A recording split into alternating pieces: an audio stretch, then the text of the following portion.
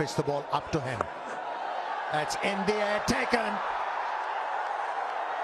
And needed to break this partnership. নিজের প্রথম দুই ম্যাচে দুর্দান্ত বোলিং করেছিলেন রিশাদ হোসেন। উভয় ম্যাচেই 3টি করে উইকেট শিকার করেছিলেন তিনি।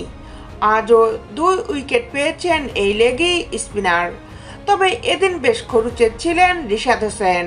নিজের প্রথম ওভারেই ছক্কা হজম করেন রিশাদ, পরের ওভারেও বাউন্ডারি খেয়েছেন। 2 ওভারে 22 রান খরচ করেও কোনো উইকেট পাননি। তবে নিজের তৃতীয় ওভারে এসে উইকেট পেয়েছেন। এরপর তার পরের ওভারেও উইকেট পেয়েছেন তিনি। সব মিলিয়ে নিজের 4 ওভারে 45 রান দিয়ে 2 উইকেট শিকার করেছেন রিশাদ।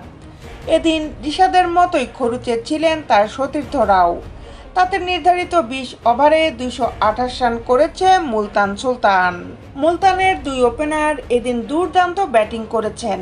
মোহাম্মদ রিজওয়ান করেছেন 32 রান।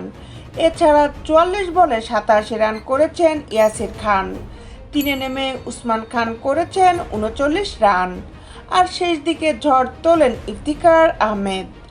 18 বলে করেন অপরাজিত 40 রান। মুলতানের হয়ে সবচেয়ে সফল বোলার রিশাদই। এছাড়া একটি করে উইকেট শিকার করেছেন শাহিন আফ্রিদি, আসিফ আফ্রিদি ও সিকান্দার রাজা।